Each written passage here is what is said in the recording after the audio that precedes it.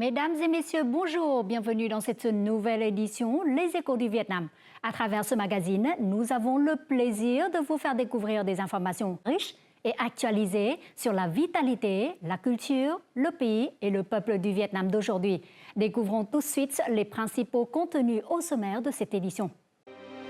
Allons à la Grande Muraille en Chine pour découvrir l'histoire inspirante de la promotion de la gastronomie et de la culture vietnamienne.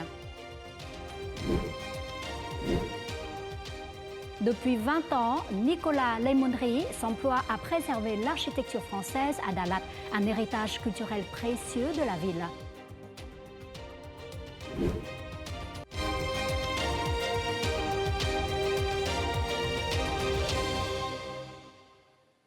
Installé au Vietnam depuis près de 20 ans et à Dalat depuis 14 ans, Nicolas Lemonnerie est devenu une figure incontournable de la francophonie au Vietnam et en Asie du Sud-Est. Enseignant, linguiste et promoteur infatigable du français, cet homme passionné, dévoué et plein de convictions a beaucoup contribué à promouvoir l'amitié et les liens entre la France et le Vietnam, en particulier entre la France et la province de Lâm Đồng. Il a aussi œuvré pour une meilleure préservation de l'architecture française à Dalat, laquelle fait partie intégrante du patrimoine culturel de cette ville. Nous le rencontrons sans plus tarder.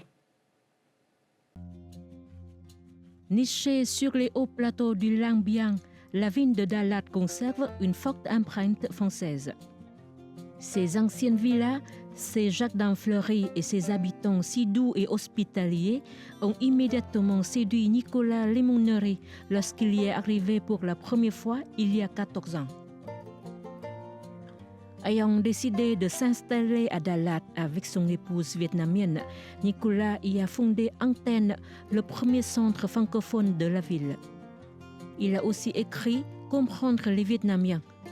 Paru en France en 2022, ce livre est un guide interculturel qui permet de découvrir l'histoire et la langue du Vietnam, mais aussi ses coutumes, sa gastronomie ou encore sa spiritualité. Très engagé dans la francophonie et la promotion des relations entre la France et le Vietnam, Nicolas a rondement contribué à la restauration et à la préservation du patrimoine architectural de Dalat. Bonjour monsieur, cela fait presque 20 ans que vous êtes au Vietnam. Alors, qu'est-ce qui vous a amené au Vietnam en général et à Dalat en particulier? J'ai rencontré mon épouse en France et mon épouse était vietnamienne. Enfin, elle est toujours. Elle était venue à Paris pour étudier. Et moi-même, j'étais étudiant à Paris. On s'est rencontrés à Paris en 2005. On a vécu 1 an à Paris. Et ensuite, on a choisi de venir vivre au Vietnam. Donc, et comme elle est de Hanoï, on est venu d'abord à Hanoï en 2006.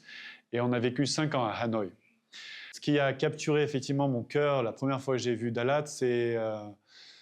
j'aime beaucoup la nature, les collines. Et quand j'ai vu Dalat, il y a un côté village qui m'a attiré. Et aussi, je trouvais l'architecture très belle. Voir des clochers, voir voilà, ces villas, ces maisons indépendantes avec des jardins, c'est vrai que ça donne beaucoup de charme à la ville. Aussi, il y a un côté très calme et très apaisant.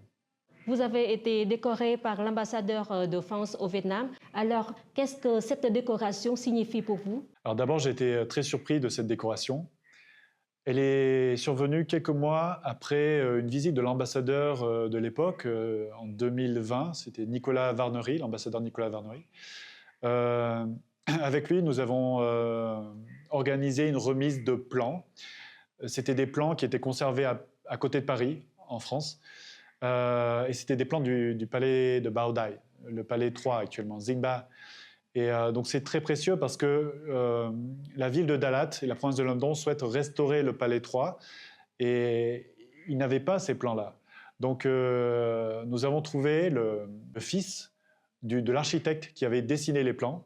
Et donc tous les plans sont en France. Et donc nous avons participé à ramener une partie de ces plans ici à Dalat. Et pour cette occasion-là, donc pour cette raison on va dire de promotion, de protection du patrimoine commun franco-vietnamien, et aussi pour le travail que nous avons fait pour la francophonie, l'ambassade a décidé de me remettre une décoration qui s'appelle Chevalier de l'Ordre national du mérite en 2021. Mao, que vous retrouvez ici, Presque toutes les semaines, Nicolas donne des cours de vietnamien pour les expatriés francophones à Dalat. Au-delà de son rôle d'enseignant, Nicolas est un véritable passeur de culture. Il s'attache à offrir aux francophones non seulement une maîtrise linguistique, mais aussi des informations essentielles pour décrypter les subtilités de la vie au Vietnam. Je trouve que Nicolas, il est très pédagogue parce qu'il explique vraiment bien les choses en détail. Et il ne reste pas à la surface, il nous explique vraiment la racine grammaticale du vietnamien. Et il utilise beaucoup de moyens mnémotechniques pour qu'on puisse vraiment comprendre la langue. Dès qu'on a une question, on n'est pas obligé d'attendre le cours pour le contacter. On a un groupe et on peut lui poser une question quand on ne sait pas quelque chose ou quand on se pose une question sur Dalat ou sur le Vietnam. Ayant reçu la certification en langue vietnamienne par l'Université des sciences sociales et humaines de Ho Chi Minh Ville, Nicolas profite de tout son temps libre pour aider les francophones à ne pas être dépaysés et à s'intégrer rapidement à leur nouvelle vie. Il a beaucoup d'expérience. Il est là depuis très longtemps, à Dalat en particulier. Il parle parfaitement vietnamien et il s'est beaucoup investi dans la communauté française aussi. Donc c'est quelqu'un qui est très important pour la communauté française ici au Vietnam. Nicolas porte désormais un projet plus ambitieux, la Maison Alexandre Yersan, qui vise à renforcer durablement la présence du français à Dalat. Par son amour particulier pour le Vietnam, cet homme à l'âme dalatoise souhaite aussi se naturaliser vietnamien pour pouvoir consacrer le reste de sa vie au pays qu'il considère comme son deuxième pays natal. Vous êtes très actif dans l'enseignement du français au Vietnam et maintenant dans l'enseignement du vietnamien pour la communauté francophone. Alors, quel rôle voyez-vous dans ce travail? Moi-même, j'ai voulu passer le diplôme de vietnamien, donc je l'ai passé à l'Université des sciences humaines et sociales d'Ho Chi Minh Ville en 2020, et donc j'ai obtenu le diplôme. Et en 2023, j'ai décidé de suivre une formation pour devenir enseignant de vietnamien pour les étrangers, donc toujours à l'Université des sciences humaines et sociales. Et c'est juste l'année dernière où je me suis senti prêt pour commencer à donner des cours de vietnamien aux francophones. Parce que je sais qu'il y a très peu d'étrangers qui arrivent à bien parler le vietnamien. Et je voulais partager mes secrets, mes recettes pour arriver à bien parler vietnamien.